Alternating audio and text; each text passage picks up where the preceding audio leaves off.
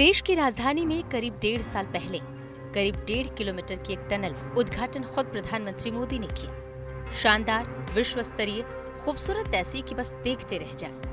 प्रगति मैदान इलाके में 777 करोड़ रुपए के खर्च से ये टनल रिकॉर्ड समय में बनी थी और विडंबना देखिए, रिकॉर्ड समय में ही टनल का दम निकल गया। समस्याएं कई हैं, रिसाव, सीमेंट और कंक्रीट में दरारें, साथ ही जल निकासी का खराब इंतजाम।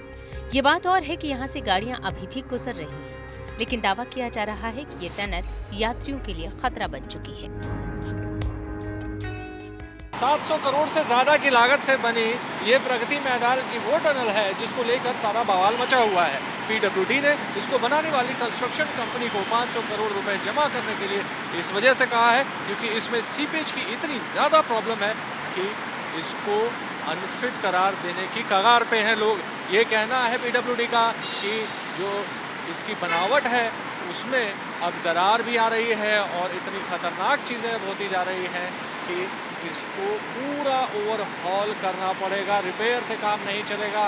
सॉसर जो टनल होती है उसके नीचे एक सॉसर ड्रेनेज का होता है। उस सॉसर ड्रेनेज की अनुपस्थिति में यहाँ पर पानी जम जाता है और पानी अभी भी देखिए आप छत पे से पानी टपक रहा है। जो सड़क के बीच में आप पानी देख रहे हैं ये दरअसल कोने से नहीं आया है, ये छत से टपक रहा है। किसी भी चीज़ जो कंक्रीट से बनी हुई कोई भी चीज़ हो जिसमें लोहा लगा हो, आयरन टीएमटी बार्स लगे, उसमें अगर लगातार पानी लगता रहेगा तो आखिरकार उसकी उम्र कम होती चली जाएगी। और ऐसा नया बना हुआ टनल में अगर इस तरीके से पानी बहेगा, इस तरीके से उसमें दरारें आएंगी तो जाहिर तौर पर सवाल उठना तय है कि आखिर उस खूबसूरती का क्या काम जब टनल इस तरीके से खतरनाक रूप ले ले।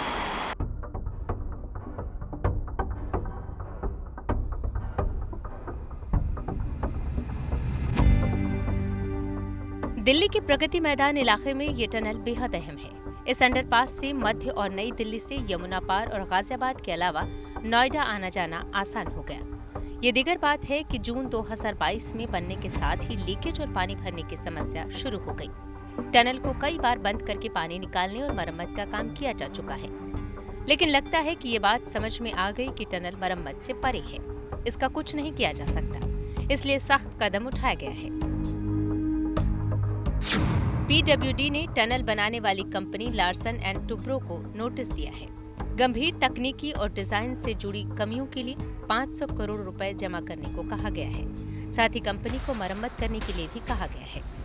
आसार है कि टनल को फिर से बनाना पड़ सकता है क्योंकि इसे अब ठीक नहीं किया जा सकता। नोटिस उस समय फ्लाईओवर डिवीजन के चीफ इंजीनियर प्रदीप कुमार परमार और एग्जीक्यूटिव इंजीनियर इकबाल सिंह को भी दिया गया है। पूछा गया है कि उनके खिलाफ कार्रवाई क्यों न हो।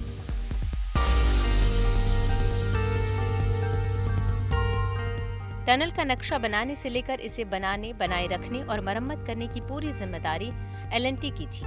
कंपनी अपनी इस जिम्मेदारी से पीछे नहीं हट सकती, लेकिन इस बात की पूरी जांच होनी चाहिए कि टनल के निर्माण में गंभीर तकनीकी खामियां क्यों आई। जानकार मान रहे हैं कि प्रगति मैदान सुरंग में जो रिसाव हो रहा है वो निर्माण के दौरान उचित वाटरप्रूफिंग न होने की वजह से है।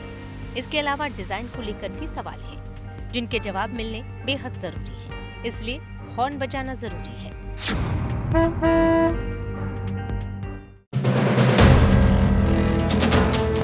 वीडियो पसंद आया तो हमें लाइक, कमेंट, शेयर और सब्सक्राइब जरूर करें।